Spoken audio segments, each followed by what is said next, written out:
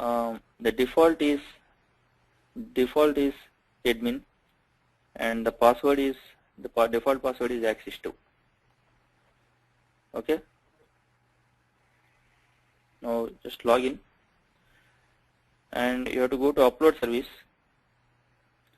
and you have to choose file to upload that .ar file that you have it in the services, or not even that. You don't need to do that.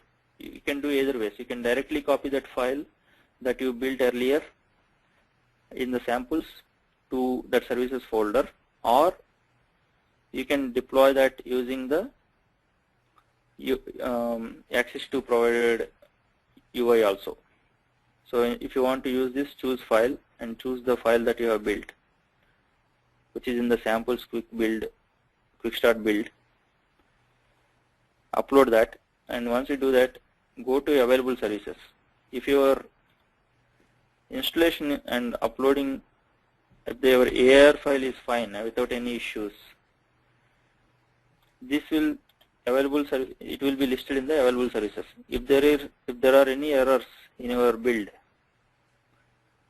the web service you deployed will be in error, assuming that you have deployed it properly. Now if you see, it says there are two available operations. One is get price and one is update. This is update price. Get price will simply get you the price for the stock code symbol that you provide, and update price will update the price for particular stock code symbol that you provide. Okay. Any questions till now?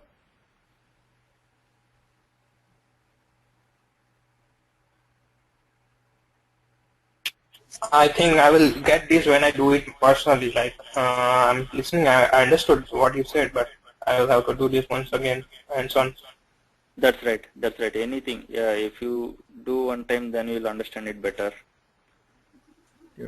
But try to definitely get the concept. Like you said, you will be sending the steps. Like it will be including all the steps you said, right? Yeah, it has all the things step by step. Yeah, I did it for you, so I listed all those steps. Okay, perfect. When I did this sample for you, I want to show it, I want to demo it, so I thought like it will be useful for you if I list the steps one by one. Right, thanks. Yeah. So once this web service is up and running, now click on the available service. This will give you the visual for that file. This is what I was showing you earlier.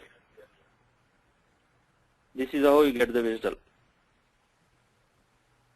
Now, to see the operations available in that visual, click on port type and see there are two operations. One is get price and one is update. Okay.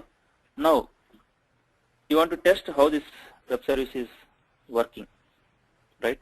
For that, download a client called SOAP UI. Okay. This is how it looks like. Yeah, I have downloaded SOAP UI 4.0.1. This is a freeware. There is an enterprise version, but you don't necessarily need that. Just download this. I'll teach you now how to test web services.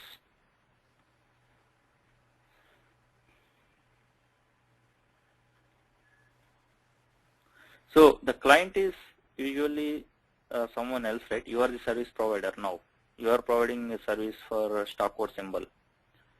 So, but before deploying your service, you need to make sure that before handovering it to your users, you need to make sure that the service is working fine. For that, you need a SOAP client.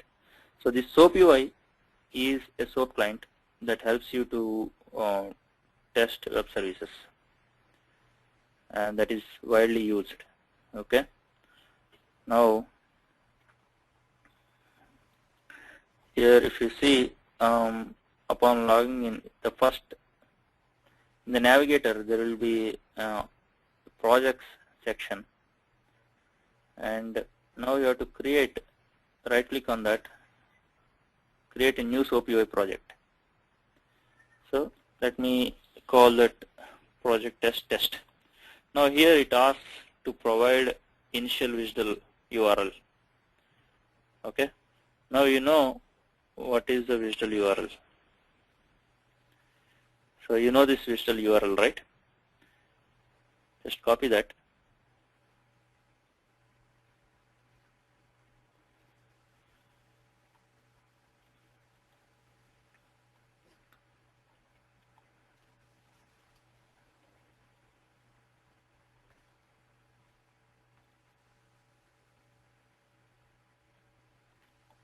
Okay. Now it gives you various options like create requests, create sample requests for all operations. So what it does is, it by default it will give you a sample test request also when it creates the project. So it's asking whether you want the sample request. Just say yes, leave the defaults, and say OK. So it's reading that visual that is running. So now if you see the interesting thing, it created 2 endpoints with 2 operations in each of them. Okay, now if you observe this service, each service has a visual port with each port with its name, right? One is input service, gets stock code service binding. Yeah.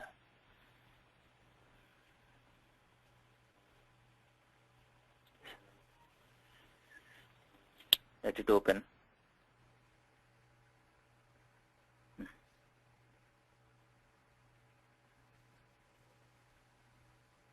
Is it not opening?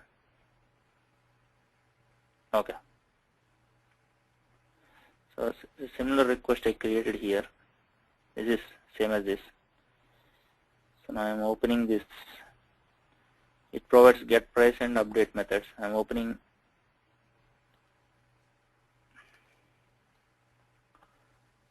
get price. So if you see this get price, this is how it comes with. Okay, it doesn't have anything else.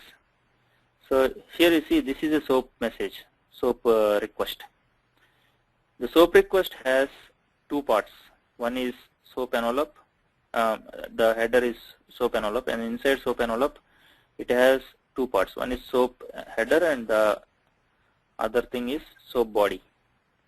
When you send a SOAP request, the header is optional, whereas the body is mandatory.